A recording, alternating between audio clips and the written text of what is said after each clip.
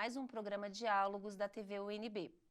Eu sou a professora Valesca Zanello, do Departamento de Psicologia Clínica e coordenadora do programa em pós-graduação em Psicologia Clínica e Cultura. A nossa entrevistada de hoje é Daniele Fontoura Leal, psicóloga e mestre em Psicologia Clínica e Cultura. E o tema é o não desejo de maternidade em mulheres brasileiras. Bem-vinda, Daniele. Obrigada. Então, eu queria que você falasse um pouco da importância desse tema e como é que surgiu o seu interesse em pesquisá-lo. Bom, o meu interesse surgiu a partir da minha própria experiência de não querer ter filhos e, ao declarar o meu não desejo, ser contestado o tempo inteiro. Contestada, então, você diz preconceito? Isso, contestada pelas pessoas, mas por que você não quer? Filho é tão bom, vai nascer o desejo, vai aparecer em algum momento, você vai encontrar alguém que te faça querer ter filhos e eu me casei, estudei, tenho uma profissão e nunca apareceu o desejo. Então, a partir disso, eu comecei a pensar muito e refletir sobre o meu não desejo do meu companheiro e decidi pesquisar o tema. Durante a pesquisa, apareceram muitos dados importantes, né? Tanto a falta de pesquisas no Brasil sobre o tema, existem pesquisas sobre mulheres sem filhos, mas não pesquisas que não problematizam esse não desejo, né? Ou seja, é necessário então diferenciar mulheres que não têm filhos e não puderam ter por algum tipo de problema orgânico e mulheres que realmente não têm o desejo, não querem ter o filho. Sim, porque na nossa sociedade, nós mulheres não somos ensinadas a pensar, a refletir sobre isso. Então, geralmente, as pesquisas que eu encontrei, que eu me deparei, foram mulheres que refletiram isso a partir de um problema físico, ou porque não casaram, ou porque deram prioridade a outras coisas na vida antes de ter o filho.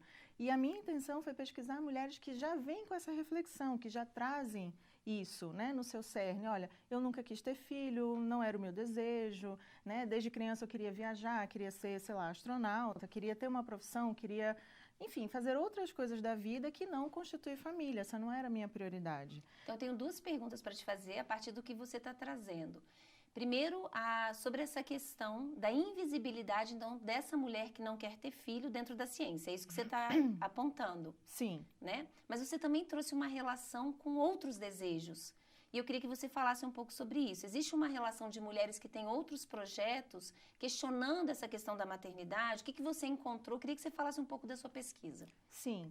Eu fiz dois tipos de análise na minha pesquisa. Tanto pesquisei os temas, né, o que tem publicado no Brasil, na América como um todo, né, na América do Norte, Central e do Sul, o que está publicado, onde é que está a maior parte dessas pesquisas e publicações, e entrevistei mulheres aqui no DF que declararam até a data da pesquisa não quererem, não desejarem, nunca terem pensado em ter filhos. Podemos começar pela primeira, então.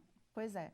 Os achados foram muito interessantes, porque na América do Norte, né, nos Estados Unidos e Canadá, são os países que lideram em números de pesquisa e já mais ou menos uma década e meia na frente de países da América do Sul.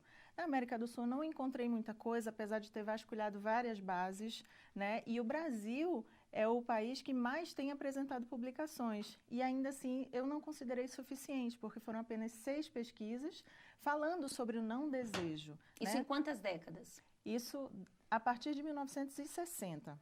De 60 até agora. O Brasil só apresentou 6 com os critérios, né, que eu formulei para a pesquisa. E tem aumentado o número de mulheres brasileiras que não querem ter filhos. Sim. Então, tem uma dissonância, né? Sim. Recentemente saiu uma pesquisa essa semana, né, para ser mais exata, onde dava conta de que 37% das mulheres brasileiras declaram que não desejam ter filhos. Mas isso não aparece, né? Nem nas pesquisas do IBGE, por exemplo, quando ele coloca os relatórios de mulheres, as famílias estão decrescendo o número de filhos, a taxa de fecundidade está decrescendo, mas nesse número de mulheres sem filhos, de famílias sem filhos, não aparece, por exemplo, mulheres que não querem, mulheres que não podem, outros tipos de maternidade. Então, é um número cru, que a gente precisa analisar e perceber as especificidades dentro de cada percentual que está sendo apresentado. Mas as mulheres sem filhos é um fato que não aparecem. E quando aparecem, vem uma coisa mais assim, patologizada, tanto pela medicina quanto pela psicologia. Você disse que a psicologia e a medicina têm um discurso que patologiza as mulheres que não querem ter filhos. Eu queria que você falasse um pouquinho sobre isso. Sim, ainda existe arraigado na sociedade, e a ciência faz parte disso, né, tanto da sociedade, recebendo informações quanto doutrinando, de certa forma, dando informações para a sociedade que alimenta o senso comum. Então, não existe uma separação entre mulher e útero, ou seja, se é mulher, vai procriar. E a medicina, ela tem um discurso, né? Muitas mulheres que eu entrevistei falaram, o ginecologista me disse que eu já estou com 32 anos e já estou chegando à idade de ter filho, ou eu tenho um problema de endometriose. E isso o enfermeiro, ou a equipe de saúde, ou o próprio ginecologista me falou que era porque mulher que não tem filho desenvolve doenças do útero, doenças ligadas ao aparelho reprodutor da mulher. Maternidade como tratamento. Exatamente. A receita era, tenha filhos. E uma das entrevistadas até colocou, mas eu não quero ter filho, como é que eu vou resolver um problema com o outro? Né? Essa é a questão, as mulheres que não querem ter filhos, elas não são escutadas, o seu discurso é desqualificado. Com tudo que eu falei logo no começo, mas você vai mudar de ideia. E aí as mulheres falam, mas eu já estou com 38 anos, eu já estou com 40 anos e nunca me bateu o desejo. E a psicologia? Porque você falou da medicina, mas e como a psicologia patologiza mulheres que não querem ter filhos? Porque é um discurso também bem comum. Sim, sim.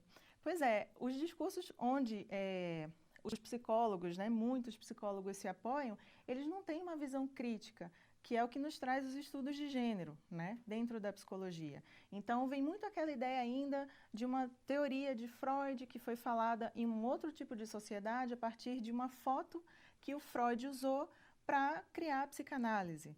Né? Então, tem muito esse discurso da histérica, de que precisa ter um filho para se realizar como mulher, né? Para sustentar esse argumento, tem uma pesquisa do IPEA que saiu, acho que há 4 anos atrás, 4 ou 5 anos atrás, que dizia que mais de 70% da população acredita que o sonho de toda mulher é casar. E a realização máxima da mulher, a chancela, né, é ter um filho. Então, isso está muito presente ainda no discurso médico, no discurso psicológico, no discurso da própria sociedade. Ou seja, além dessas mulheres enfrentarem um preconceito nas relações cotidianas, elas não encontram um lugar na escuta, seja do médico ou do psicólogo, do psicanalista, para acolher, vamos colocar assim, essa especificidade que é uma opção pela não maternidade. Exatamente. Então, trazendo isso, eu queria que você contasse um pouco da segunda parte da sua pesquisa, que eu acho que é bem interessante para os telespectadores, que foram as entrevistas que você fez com essas mulheres, inclusive mulheres brancas e negras. Sim. Eu queria que você falasse um pouco sobre isso. Sim, foi muito interessante porque vários dados surgiram, não apenas o não desejo de maternidade, né? Surgiram questões relacionadas ao aborto, né? Muitas delas questionaram. Algumas delas já passaram por um processo de aborto e relataram que a sensação foi de alívio, não foi uma sensação de culpa ou de pensar como estaria hoje o filho, não. Foi de alívio, foi de não querer. Isso fortaleceu a certeza que elas não queriam ter Exatamente. Filho, tá? Né? As mulheres, mesmo as mulheres negras, né, elas tinham muito mais um incentivo da família em ter uma carreira, em ter uma profissão, em ter uma independência financeira do que em ter um filho propriamente dito. Né? A maioria das entrevistadas, o curioso é isso, é que as mulheres negras vinham mais de classe mais baixa, né, financeiramente, e as mulheres brancas elas vinham de classe média alta, mas todas as entrevistadas tinham curso superior. A única que não tinha curso superior estava finalizando, ainda não tinha o diploma, mas eram funcionárias públicas, tinham profissões, tinham várias outras coisas, né? E uma coisa interessante é que é o seguinte, elas também falaram na questão da adoção. Elas colocaram a adoção como uma forma de negociar com o futuro. Mas e se um dia eu quiser ter filhos e não puder mais? Né? Eu posso adotar. Mas aí é a mesma matemática, é a mesma lógica. Por quê? O que é exigido da mulher hoje, né? Quando ela é mãe? Que ela se doe, que é um discurso social, que ela tem que se doar, que ela tem que parar a carreira, que ela não pode mais trabalhar, que ela precisa amamentar, que ela precisa cuidar do filho, educar. Então, existe uma carga muito grande de trabalho sobre a mulher. E o que elas questionaram foi, adotando, eu vou me transformar nessa mulher que leva uma carga muito grande para criar o filho e que libera o homem pelo outro lado, pensando no outro lado da questão, e que libera o homem pensando no modelo de família heterossexual, né? Então, assim, o que apareceu foi tanto o não desejo quanto essa problematização da maternidade hoje, do quanto de carga que a mulher tem, que a mulher recebe ao tornar-se mãe, ao tornar-se responsável por um outro ser. Ah, eu acho que isso é bem interessante. Ou seja, tem uma coisa de não aparecer o desejo, mas também não querer ser mãe nessa cultura. Sim. Mas me diga uma coisa, nas entrevistas, isso apareceu numa idade precoce, quando elas já eram crianças, elas já se sentiam diferentes, por exemplo, das coleguinhas que gostavam de brincar de boneca? Fala um pouco sobre isso. O que apareceu nas suas entrevistandas? Várias delas apontaram isso, né? Ah, eu não gostava de brincar de boneca, eu preferia brincar na rua, eu queria brincar com os meninos porque as brincadeiras eram mais legais, né? Ou então, quando a minha melhor amiga, né, contando do passado, a minha melhor amiga me chamava para brincar, nunca era uma família normativa, era sempre uma criança adotada e tinha outra criança, era mãe solteira, e uma delas relatou, né? A mulher que eu mais admirava na minha infância era uma vizinha e ela era separada. Né? Então, quer dizer, já tem um outro olhar desde a infância e um questionamento, por que eu não posso ser o que eu realmente sou? Por que eu não posso externar os meus sentimentos? Por que eu não posso cortar o cabelo de uma determinada forma?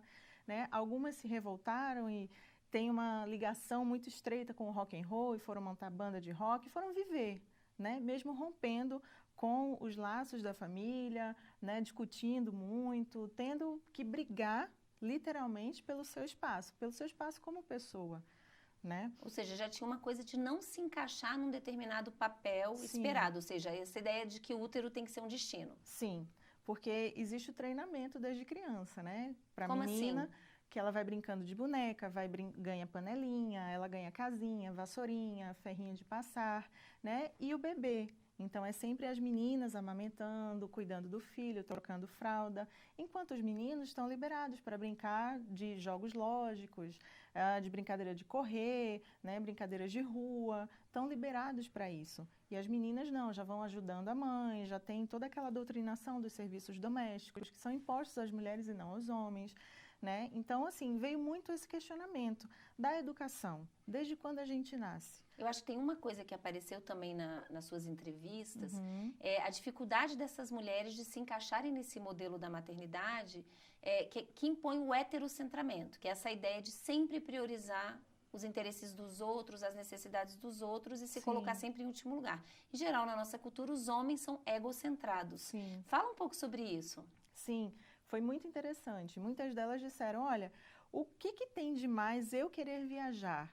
Eu cuidar de mim, eu preciso cuidar de mim, porque também é uma coisa que está muito atrelada ao não desejo de maternidade, ao o futuro sem filhos, é aquela coisa de quem vai cuidar de você quando você envelhecer, né? Então elas diziam, mas eu tenho que cuidar de mim, eu preciso cuidar de mim, já que no imaginário popular não tem esse outro que vai cuidar. Então eu sou realmente obrigada a olhar para mim, mas é um prazer também olhar para mim. Né, que é uma coisa que muitas mulheres não conhecem. E aí eu queria fazer um adendo, que quando existe essa doutrinação social de que a mulher tem que ter filhos, muitas acabam tendo e se arrependendo depois.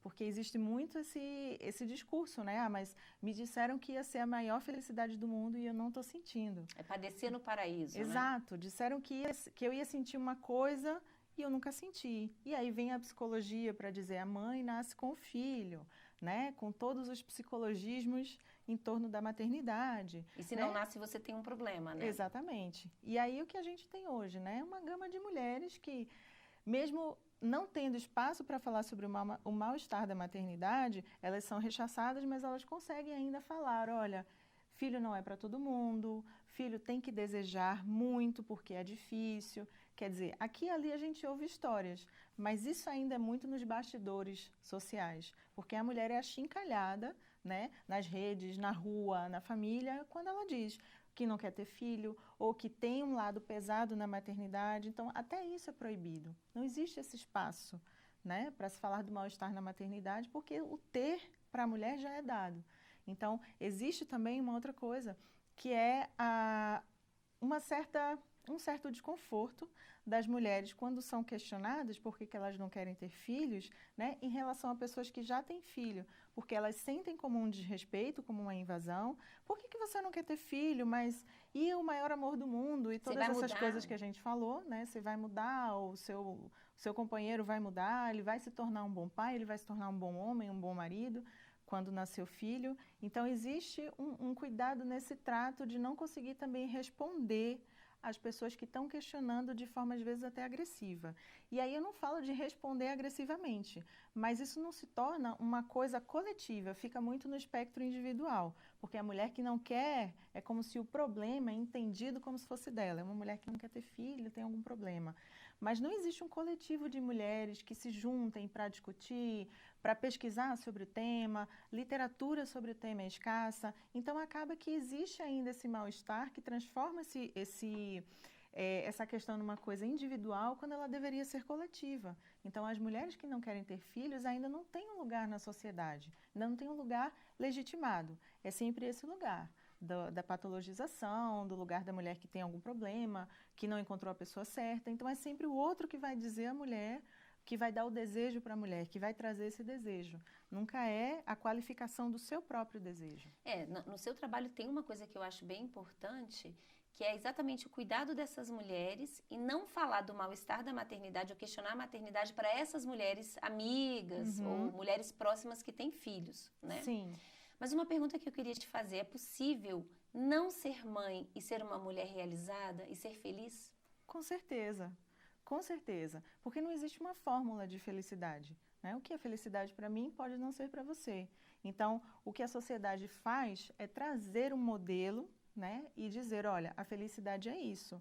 Só que existem muitas mulheres realizadas com suas carreiras, com sua forma de viver, com o seu jeito de viver, com a sua sexualidade, com o seu companheiro. Com o seu companheiro, né? Com coisas diversas, porque nós somos diversos. Né? Então, não existe uma fórmula da felicidade. Mas também, no caso das mulheres que não desejam ter filhos, não existe uma permissão para pensar sobre isso, para refletir. Por isso que elas incomodam, né? Exato. E no fundo, que eu trago, minha proposta com o meu trabalho, com a pesquisa, é trazer a reflexão. Não é para dizer não tenho filhos, é para dizer você quer? Você realmente quer? É isso que te faz feliz? Né? E tentar trazer também essa proposta de um lugar, de ocupar um lugar na sociedade, até que isso esteja, até que isso não seja mais um fator de estranhamento para as pessoas dentro da sociedade, na família, na vizinhança, no grupo de amigas, né? Porque existe. E nós estamos acostumados a pensar no que é normal de um certo olhar. Mas os movimentos sociais, né, e o momento também está mostrando para a gente que existem várias coisas que são normais, porque elas estão aí e as pessoas estão vivendo felizes dessa forma. Bom, o nosso tempo já está quase terminando e eu queria te pedir para deixar uma reflexão, algum pensamento a partir disso que você pesquisou e vem pesquisando para o nosso telespectador. O que eu observo muito, né, nas redes sociais, nos diálogos, quando surge esse assunto, é que existe ainda uma briga muito forte, né, entre esses modelos, que eles não precisam concorrer, eles podem existir juntos, né, e é mais saudável que eles existam juntos. Então, enquanto a gente está brigando para ver quem é mais feliz tendo filhos ou não tendo filhos, as mulheres estão deixando de realmente lutar pelo que realmente importa, né, para elas, tanto com quanto sem filhos, que é construção de creche, talvez a criminalização do abandono paterno, porque o número de crianças sem pais nem no registro é muito alto, né?